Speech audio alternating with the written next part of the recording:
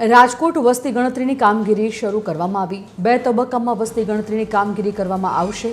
શહેરના તમામ 18 વોર્ડમાં વસ્તી ગણતરીની કામગીરી કરવામાં આવી રહી છે।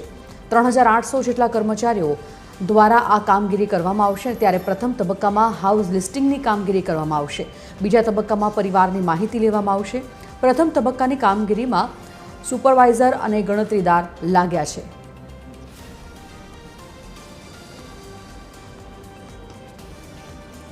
संवाददाता रवि मोटवाणी राजकोट लाइव जोड़ाई गया है। रवि, वस्ती गणतरी 2027 तबक्कावार प्रारंभ पहला तबक्कानो थई गयो छे। खास करीने 2 तबक्कामां ज्यारे आ वस्ती गणतरी प्रक्रिया पूरी थवानी छे, बीजी बाजु डिजिटल वस्ती गणतरी आ वखते थवानी छे। प्रथम तबक्कामां कया प्रकारनी कामगीरी अने प्रक्रिया तेनी केवी रही? जी संजीवनी, जरूर थी जणावी दऊं। जे रीतना वस्ती गणतरीनी वात शरूआत करवामां आवे तो राजकोटमां पण गईकालथी ज आ वस्ती गणतरीनी कामगीरी शरू करवामां आवी छे। राजकोटना 18 वोर्डमां वस्ती गणतरी थवानी छे। त्यारे आपणी साथे महानगरपालिकाना अधिकारी छे प्रणय पंचाल। आपणे तेमनी पासेथी ज आखी माहिती मेळवવાનો प्रयास करूं छुं के साहेब, कई रीतना आखी वस्ती गणतरीनी प्रक्रिया राजकोट महानगरपालिका विस्तारमां थवानी छे? जी, जनगणना कार्यालय तथा भारत सरकारनी सूचना मुजब जनगणना 2027 कामगीरी जे छे कुल 2 तबक्कामां थशे। एमां प्रथम तबक्को जे छे ए 1 जून थी 30 जूननो छे। एमां आ प्रथम तबक्कामां घर यादीकरण एटले के हाउस लिस्टिंगनी जे माहिती एकत्रित करवामां आवशे। राजकोट शहेरनी जो वात करीए तो कुल 18 वोर्ड छे।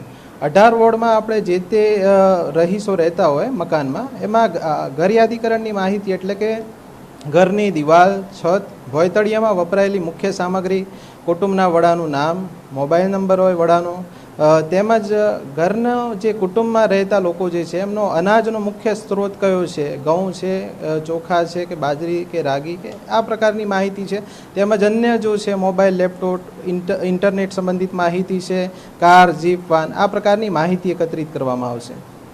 આની માટે કેટલા કર્મચારીઓ જોડાય છે, કેટલા રિઝર્વ રાખવામાં છે, આખી વાત શું છે? जी, राजकोट शहर में 18 वोर्डना मळीने आश्रे 3200 जेवा जे छे गणतरीदारोनी निमणूक करवामां आवी छे अने 6 गणतरीदार दीठ 1 सुपरवाइजर होय छे। एटले आश्रे 550-600 जेवा सुपरवाइजरोनी पण निमणूक करवामां आवी छे।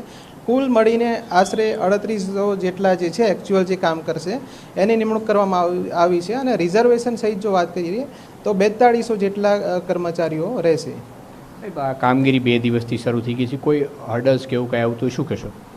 नहीं, राजकोट शहरनी जनतानो सारो एवो सपोर्ट मळी रह्यो छे जनगणना 2027 ની કામગીરી કે જે રાષ્ટ્રના નીતિ નિર્માણમાં ખૂબ મહત્વનો ભાગ ભજવે છે।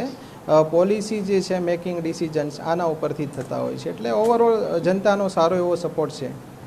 સાહેબ, આજે તમે કીધું કે આગળની કામગીરી કઈ રીતના એના માટેનું આ જનગણના થાય છે, મહત્વના મુદ્દાઓ તમારી દ્રષ્ટિએ શું હોઈ શકે?